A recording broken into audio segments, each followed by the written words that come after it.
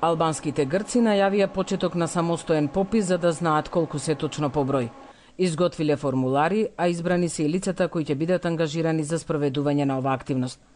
Македонците, иако сметаат дека ваков попис им е потребен за да се знае точниот број, таков чекор не може да превземат зашто немаат финансиска моќ. Македонската заедница во Албанија не е во можност финансиски да реализира свој попис, за разлика од грчкото малцинство кое што има огромна помош од грчката држава и грчката диаспора, финансирајќи приватни грчки училишта и колеџи во Албанија.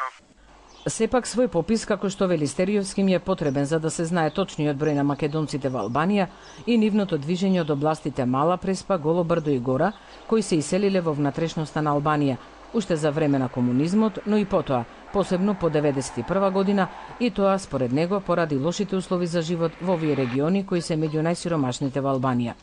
Овој попис би бил само статистички и овие податоци би ги користеле за потребите на македонската заедница во Албанија, но инсистираме на организирање на фер и демократски попис од страна на албанската држава, затоа што од него и ќе зависи признавањето и подобрувањето на правата на македонското и другите малцинства во Албанија.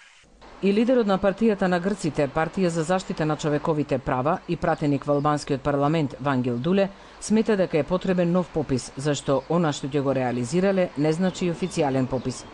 Малцинствата ланската статистичка операција ја бойкотира и со заедничка декларација соопштија дека не ги признаваат пописните резултати.